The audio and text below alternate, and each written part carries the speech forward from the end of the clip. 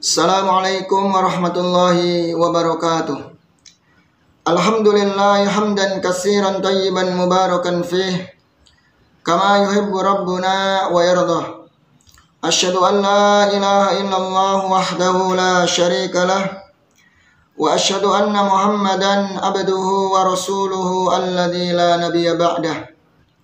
Salawatu rabbi wa salamuhu wa barakatuhu alaihi wa ala alihi wa sahbihi ajmain, amma ba'du. Kaum muslimin wal muslimat rahimani wa rahimakumullah. Alhamdulillah, segala puji bagi Allah Azza wa Jal yang telah mengumpulkan kita di tempat yang penuh berkah. Kita bersama-sama bertolabul ilmi, mempelajari firman Allah Subhanahu wa taala dan hadis-hadis Rasul sallallahu alaihi wasallam dalam rangka untuk menambah keimanan kita kepada Allah Azza wa Jal dan menambah keilmuan kita. Semoga Allah Azza wa Jal senantiasa memberikan keberkahan kepada kita semuanya yang hadir di majelis ini. Amin Allahumma amin.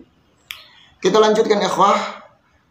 Kemarin kita bahas bahwasannya seseorang yang beriman kepada Allah maka wajib mengimani di antaranya iman kepada rububiyahnya. Jadi kadar minimal seseorang iman kepada Allah, yang pertama wajib mengakui dan meyakini akan rububiyah Allah, yaitu meyakini tentang perbuatan Allah, ya, seperti menciptakan, mengatur alam semesta, ya, yang merajai, kemudian menurunkan hujan dan yang sebagainya. Wajib kita imani. Kemudian yang kedua, ya, konsekuensi iman kepada Allah Azza wa Jal, yaitu wajib kita mengimani bahwa ibadah harus ditujukan kepada Allah Subhanahu wa taala. Segala bentuk ibadah yang Allah perintahkan kepada hambanya wajib diberikan, ditujukan hanya untuk Allah Azza wa Jal. Tidak boleh dipalingkan kepada selainnya. Taib, sekarang yang ketiga. Ya, Syekh bin Baz rahimallahu ta'ala mengatakan, wa minal imani billahi aidan al-imanu bi asma'ihil husna wa sifatihil ula al-waridati fi kitabihil aziz. Termasuk, ya, iman kepada Allah, termasuk dari konsekuensi iman kepada Allah Azza wa Jal, yaitu mengimani nama-nama Allah yang indah. Walillahil asma'ul husna fad'uhu biha. Dan Allah Subhanahu wa taala memiliki nama-nama yang indah, maka berdoalah dengan nama tersebut. Di sini Allah Subhanahu wa taala memerintahkan hambanya, menganjurkan kepada hambanya untuk berdoa kepada Allah melalui, ya, nama-nama Allah yang indah tersebut. Ini termasuk tawassul yang dianjurkan. Tayyib, wasifatihil ula. Jadi mengimani nama-nama Allah yang indah dan sifat-sifatnya yang mulia. Al-waridah, yang datang fi kitabihil aziz, dalam Al-Quran yang aziz. Ya, ingat, Allah Subhanahu wa ta'ala memiliki nama-nama dan sifat-sifat yang mulia. Maka kewajiban seorang muslim wajib mengimaninya. Ya, wajib mengimaninya sesuai dengan yang datang dalam Al-Quran. Wasabitati an rasulihil amin, dan yang tetap, yang sahih dari Rasul yang amin, yang amanah, yang terpercaya. Min ghairi tahrifin, tidak boleh menyelewengkan. Ya, tahrif, menyelewengkan nama atau sifat tersebut. Ya, menyelewengkan nama atau sifat tersebut. Tahrif ada dua. Tahriful lafzi, memalingkan lafadznya, atau tahrif al-makna, memalingkan maknanya. Ingat ya kawan, tahrif itu ada dua ya, menyelewengkan lafadz itu ada dua, yaitu menyelewengkan dari segi lafadznya, yang kedua menyelewengkan maknanya. Contoh menyelewengkan lafadznya, istawa ya dirubah menjadi istaula, itu lafadznya diselewengkan. Istawa diganti diselewengkan menjadi istaula. Istaula ada wawu ini sudah, tambahan wawu ya, itu namanya menyelewengkan dari lafadznya. Contoh lagi, hittatun jadi apa? Hintoh, ada nunnya, diselewengkan. Nah itu ya. Kemudian yang makna, menyelewengkan maknanya. Contohnya sifat turun, nuzul, diselewengkan menjadi apa? Rahmatnya. Ya, rahmatnya, bukan turunnya tapi rahmatnya. Ini namanya tahrif dari segi maknanya. Nanti kita bahas insyaallah. Wala ta'tilin, dan tidak boleh mentaktil, menafikan, menghilangkan atau menolak dari nama dan sifat tersebut. Ya, karena taktil ini berangkat dari menyerupakan. Ketika Allah Subhanahu wa taala berfirman, bal yadahu mabsutatani yunfiqu kaifa yasha. Bahkan kedua tangan Allah itu terbentang luas.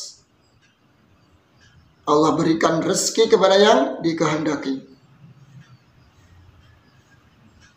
Sebagian orang berpikir, masa iya Allah punya tangan? Ya, sehingga dia khayalkan, masa Allah itu punya tangan? Mustahil lah, gak mungkin. Akhirnya dia tolak, wah gak mungkin Allah punya tangan.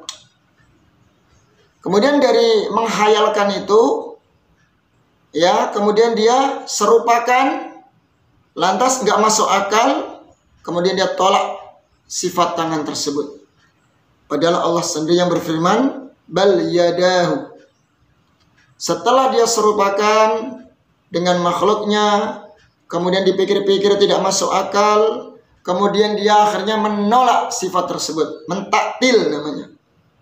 Jadi taktil itu berangkat dari tasbih dulu nih, menghayalkan, menyamakan, menyerupakan, kemudian ditaktil, ditolak nama tersebut atau sifat tersebut. Nah biasanya setelah ditolak, ditaktil, larinya kemana? Ke takwil atau tahrif. Diselewengkan, oh bukan tangan, tapi apa namanya? Kudroh, kekuasaan Allah. Begitu. Biasanya seperti itu ya. Kekuasaan Allah, kekuatan Allah, bukan tangan yang hakiki, tapi apa? Kudroh Allah. Itu namanya tahrif. Jadi berangkat dari tadi apa? Menyerupakan. Setelah diserupakan, nggak diterima karena nggak mungkin Allah serupa dengan makhluk. Lantas dia buang nama tersebut atau sifat tersebut. Setelah ditaktil atau dibuang, dinafikan, kemudian dia berangkat ke takwil atau tahrif. Itu teman-teman ya. Itu nggak boleh. Nggak boleh ditahrif, diselewengkan. Nggak boleh ditaktil. Terus apa lagi nih? Wala takyif, nggak boleh membagaimanakan. Nggak boleh. Akal kita tuh terbatas.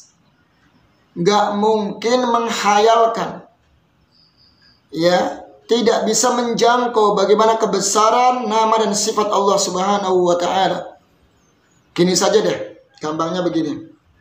Nggak usah kita memikirkan kebesaran Allah Subhanahu wa taala. Dibagaimanakan begini-begini nggak mungkin. Nggak sampai otak kita. Karena Allah itu maha besar. Allahu Akbar. Gini saja. Sesuatu yang menempel dan itu terlihat dalam diri kita, kita saja nggak tahu. Contoh, bisa nggak kita menghitung jumlah rambut yang ada di kepala kita? Ayo berapa? Berapa ratus ribu? berapa juta jumlah rambut yang ada di kepala kita? Mampu nggak? Padahal yang nampak ini kan kelihatan tuh, nampak jelas. Bisa tahu? Nggak tahu. Ya sudah, kita nggak usah jauh-jauh rambut terlalu banyak ya. Berapa jumlah alis kita tuh? Hitung coba. Atau kumis? Nggak mampu. Yang nampak kelihatan nempel setiap hari kita mampu. Dan itu makhluk ciptaan Allah. Lantas bagaimana kita membayangkan, membagaimanakan kebesaran Allah Azza wa Jalla? Otak kita nggak mampu. Maka cukup kita imani sifat, nama dan sifat yang telah datang dari Al-Quran dan Sunnah Rasul SAW. Kita nggak dituntut untuk mengkritisinya, membagaimanakannya, nggak dituntut. Yang Allah perintahkan cukup diimani apa yang datang dari Al-Quran maupun Sunnah. Contoh lagi nih, ruh. Kita kan hidup ini karena ada ruh ya. Kita bisa bergerak, bisa berjalan, bisa menggerak-gerakkan tangan, ya, bisa melakukan aktivitas karena ada ruh yang menempel dalam tubuh kita. Seandainya jasad ini tidak ada ruh, maka kita seperti bangkai, mati, mayat sudah. Karena mayat itu, kenapa dia dikatakan mayat? Karena ruhnya sudah dicabutkan begitu. Coba, ada nggak yang bisa menjelaskan bentuknya ruh, bagaimana, warnanya kayak apa, ya, volumenya bagaimana, kemudian beratnya berapa? Bisa nggak? Padahal itu kan yang menempel dalam diri kita, tubuh kita, jasad kita. Namun kita tidak bisa mengetahui bagaimana hakikat dari ruh itu sendiri. Ya, paham ya? Jadi kalau masalah asma wa sifat seperti ini, maka kaidah Ahlussunnah wal Jamaah cukup mengimani yang datang dari Allah dan Rasulnya, tidak boleh mentahrif, menyelewengkan, mentakwil, tidak boleh menafikannya, tidak boleh membagaimanakannya. Jangan dihayalkan dengan sifat makhluk. Nggak perlu kita membagaimanakan, karena Rasulullah SAW tidak mengajarkan, ya, tidak memberitahu bagaimana tentang sifat Allah Azza wa Jalla. Maka cukup kita mengimani sebagaimana Rasulullah SAW telah kabarkan kepada kita. Wala tamsil, tidak boleh menyerupakan. Nah ini menyerupakan. Ya, tamsil sama dengan tasbih, ada sedikit perbedaan ya. Kalau tamsil itu kan menyerupakan, tasbih kalau artinya juga menyerupakan dalam bahasa Indonesia. Cuman dalam bahasa Arab agak sedikit berbeda.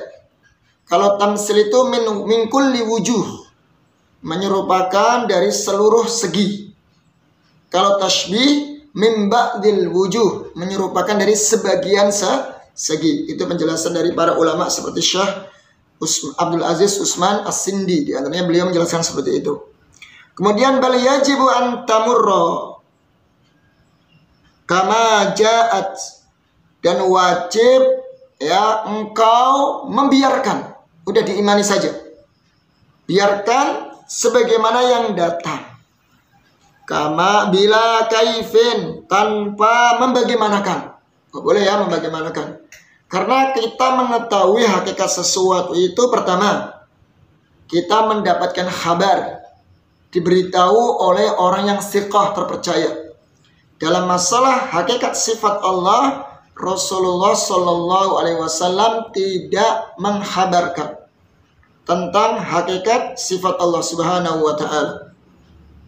Ya, jadi kita mengetahui hakikat sesuatu itu, saya ulangi lagi ya, karena kita dapat berita dari orang yang thiqah yang menghabarkan tentang hakikat tersebut. Yang pertama. Yang kedua, atau kita melihat secara langsung. Kita bisa membagaimanakan begini. Kenapa? Karena kita telah melihat dengan mata kita sendiri akan hakikat tersebut. Ya. Contohnya, kita bisa menjelaskan mobil itu bentuknya panjang, agak kotak gitu ya. Kemudian ada rodanya 2, ada jendelanya. Kemudian ada kacanya begini, tempat duduknya begini. Kita bisa menjelaskan hakikat dari mobil itu. Karena apa? Karena kita pernah melihat mobil tersebut.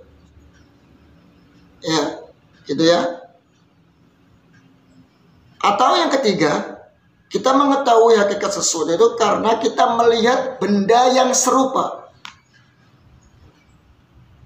Ya, benda yang serupa dengannya. Maka kita bisa menjelaskan hakikatnya. Sekarang ada enggak ya yang serupa dengan Allah Azza wa Jalla? Tidak ada. Ada enggak yang pernah melihat zatnya Allah atau sifat Allah? Enggak ada.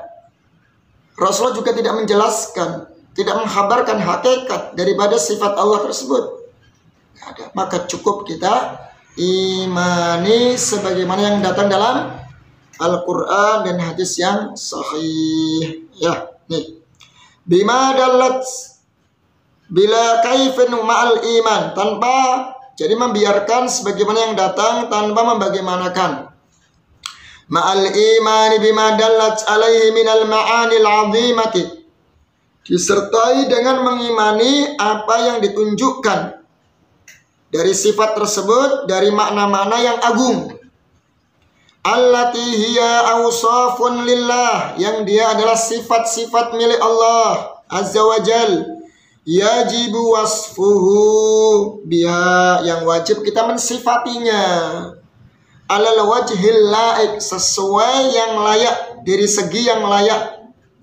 Bihi, dengan Allah, min ghairi ayyushabiha khalqahu, tanpa menyerupakan dengan makhluknya, ciptaannya.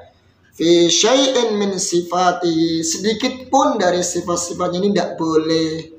Ya, cukup diimani sebagaimana yang ditunjukkan dari makna yang agung dari nama dan sifat tersebut, ya,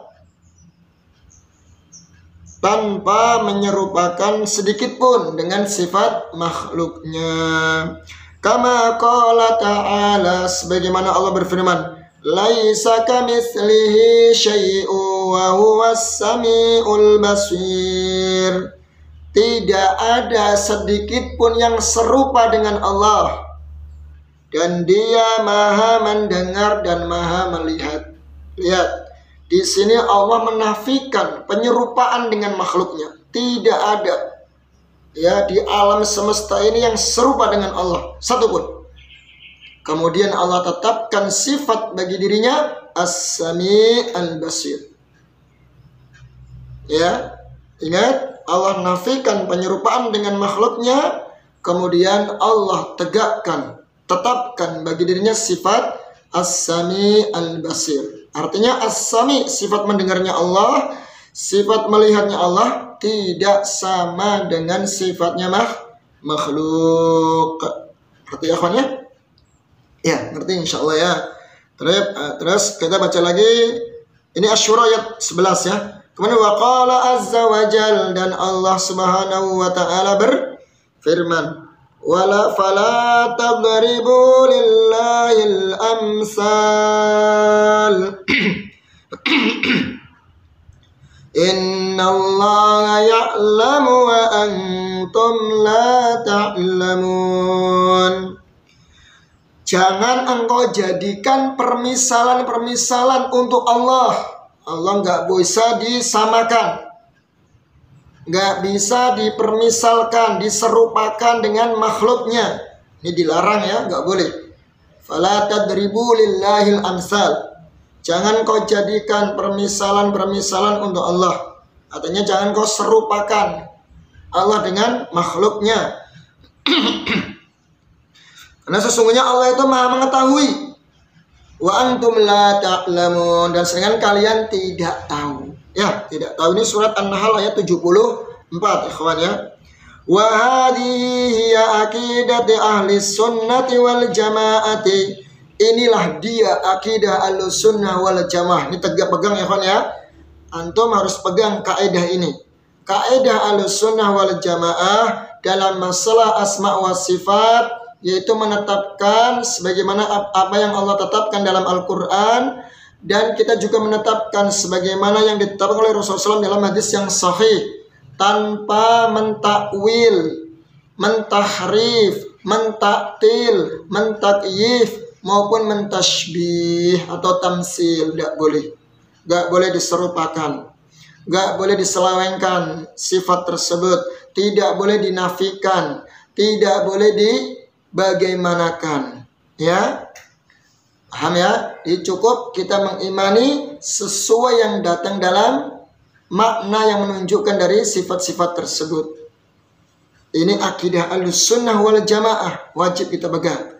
Jadi jika ada seorang dai atau penceramah yang mereka menafikan sifat-sifat Allah atau menolak sifat-sifat Allah atau berusaha mentakwil atau berusaha menyelewengkan dari makna yang sesungguhnya, maka dia keluar dari akidah Ahlussunnah wal Jamaah. Pegang kaidah ini ya, karena banyak sekali syubhat-syubhat yang di sana berseliweran, apalagi sekarang zamannya media sosial. Jika kita nggak hati-hati, maka kita bisa termakan syubhat.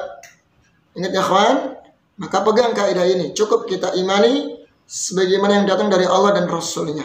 Tidak boleh ditakwil, tidak boleh ditahrif, tidak boleh ditakyif, tidak boleh ditaktil, tidak boleh ditashbih. Tayyib. Min ashabi Rasulillah sallallahu alaihi wasallam. Dan inilah akidah Ahlussunnah wal Jamaah dari sahabat-sahabat Rasul sallallahu alaihi wasallam wa atba'ihim bi ihsan, dan yang mengikuti mereka dengan kebaikan. Sahabat Nabi orang yang berguru langsung kepada Rasulullah SAW. Dan dia tahu persis, dia orang Arab dan paham bahasa Arab. Ya, sehingga mereka pun tidak pernah ada yang mentakwil. Mereka tidak pernah mentahrif, tidak pernah membagaimanakan sifat-sifat Allah Azza wa Jalla, dan mereka mengimaninya sebagaimana yang datang dalam Al-Quran dan Sunnah Nabi. Jadi kalau kita ingin menjadi pengikut setia Rasul Sallallahu Alaihi Wasallam, maka ikutilah ya pemahaman para sahabat-sahabat Nabi dan para atba'ut tabi'ut tabi'in. Nah begitu ya. Wa hiyallati naqalahal Imam Abul Hasan Al-Asy'ari rahimallahu fi kitabil maqalatil islamiyyin. Nah ini. Dan inilah dan dialah akidah yang dinukilkan oleh Al-Imam Abul Hasan Al-Asy'ari. Jadi Abul Hasan Al-Asy'ari ini menukil akidah Ahlussunnah wal Jamaah, akidah yang dibawa oleh para sahabat Rasulullah sallallahu alaihi wasallam terkait masalah asma wa sifat. Ya. Di kitab apa? Di kitab Maqalah Al-Islamiyyin.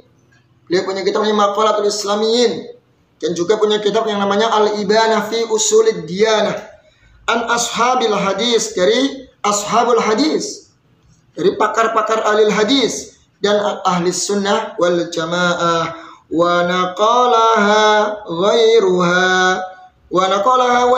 min ahli ilmi wal iman, dan dinukilkan juga selain daripada beliau Abul Hasan Al-Asy'ari dari kalangan ahli ilmi dan ahli iman.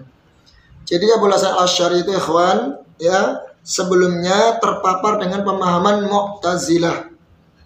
Karena dulu beliau ya belajar dengan bapak tirinya yang bernama Ali Al-Jubai. Nah, Ali Al-Jubai ini termasuk tokoh Mu'tazilah. Wajar ya seorang anak yang belajar kepada bapaknya sendiri, yang dia adalah punya pemikiran Mu'tazilah, sehingga terbawa atau terpengaruhi dengan akidah Mu'tazilah. Nah, kemudian setelah beliau beranjak dewasa dan kemudian dia tahu ya, dia mendebat dengan bapak tirinya karena ada sebuah kejanggalan yang tidak bisa dia terima. Setelah berdebat dengan bapaknya, dia memutuskan sendiri ya, keluar dari madhab Mu'tazilah, dari pemikiran Mu'tazilah. Dia bertemu lagi dengan seorang guru, bahkan seorang sahabat yang bernama Abul Mansur Al-Maturidi. Ya. Kemudian dia juga belajar sama Abul Mansur Al-Maturidi. Maka dia terpengaruh dengan pemahaman Maturidiyah. Maka kita sering dengar ya kalimat-kalimat Mu'tazilah, Maturidiyah, terus Asy'ariyah, begitu ya. Asy'ari Maturidi. Nah, begitu. Nah, setelah berkawan dengan Abul Mansur Al-Maturidi, beliau terpapar dengan pemahaman Maturidiyah. Kemudian beliau tidak ada kecocokan juga dengan madhab Maturidiyah. Lantas beliau waktu itu Allah berikan hidayah, ya, di fase yang terakhir ini Allah tunjukkan kebenaran kepada beliau, dan beliau, ya, kembali kepada pemahaman Al-Imam Ahmad rahimahullahu ta'ala, imam-imam Ahlussunnah wal Jamaah, tentang masalah asma wa sifat. Dan sangat unik sekali, ya, terkait taubatnya beliau dari madhab Mu'tazilah Maturidiyah tersebut. Beliau itu uzlah, waktu itu memisahkan diri dengan manusia. Setelah memisahkan diri dengan manusia, menjauh dari manusia, ya, sekian berapa hari begitu, ya. Lantas beliau datang lagi dan beliau berkhutbah di atas mimbar dan menyatakan dengan terang-terangan, dengan gentlenya dia mengatakan, sesungguhnya saya hari ini berlepas diri dari madhab Mu'tazilah, dari pemahaman Mu'tazilah, pemahaman Maturidiyah, sebagaimana saya mencopot, ya, bajuku ini dari tubuhku. Nah, begitulah orang yang bertobat harus berani. Orang yang pernah menyebarkan sebuah pemahaman yang keliru, ketika dia bertobat pun harus gentle, harus diumumkan di tengah-tengah umum, di tengah khayalayak umum, ya, agar orang semuanya tahu, ya. Makanya kita pernah mendengar, ya, yang namanya akidah Asy'ariyah, yang wujud kidam baqa mukhalafatu lil hawadisi qiyamu binafsihi qudra iradat ilmu hayat kama basar kalam, gitu, ya. Pokoknya dulu pas kecil kita diajarin seperti itu kan akidah Asy'ariyah, menetapkan 20 sifat bagi Allah Subhanahu wa taala dan menafikan sifat-sifat yang lain. Dia menetapkan sifat 20 itu pun keliru, karena hanya dengan akal. Sesuai dengan akal dia tetapkan, kalau nggak sesuai dengan akal dia tinggalkan. Namun ternyata penulisnya, pencetus dari akidah Asy'ariyah, Abul Hasan Al-Asy'ari, sudah bertobat dan menyatakan secara gentle, secara pemberani di khayala umum, bahwasanya dia mencopot akidah Asy'ariyah, mencopot akidah Mu'tazilah ini dari tubuhku sebagaimana saya mencopot bajuku ini. Dan ini begitu, ya, seandainya seorang muslim ketika dia menyebarkan kebatilan dan dia bertobat kepada Allah Subhanahu wa taala, harus terang-terangan mengumumkan tobatnya, biar orang tahu, biar orang tidak tersesat dengan pemahaman yang batil yang sebelumnya. Ini yang harus kita lakukan seharusnya. Jangan kemudian sombong dari kebenaran, apalagi nanti baper-baperan, tidak, ya. Karena ini membela haknya Allah Azza wa Jalla, yang kita bela haknya Allah, bukan person manusia. Kita nggak membela kelompok, organisasi, atau person, enggak. Tapi membela haknya Allah Azza wa Jalla, maka harus berani menyeruakan kebenaran. Mungkin begini aja, ikhwan, semoga bermanfaat yang bisa kita sampaikan. Bisa kita lanjutkan lagi insya Allah pada halaman 9, ya. Mohon maaf atas segala kekeliruan. Subhanakallahumma wa bihamdik, asyhadu an la ilaha illa anta, astaghfiruka wa atubu ilaik. Wassalamualaikum warahmatullahi wabarakatuh.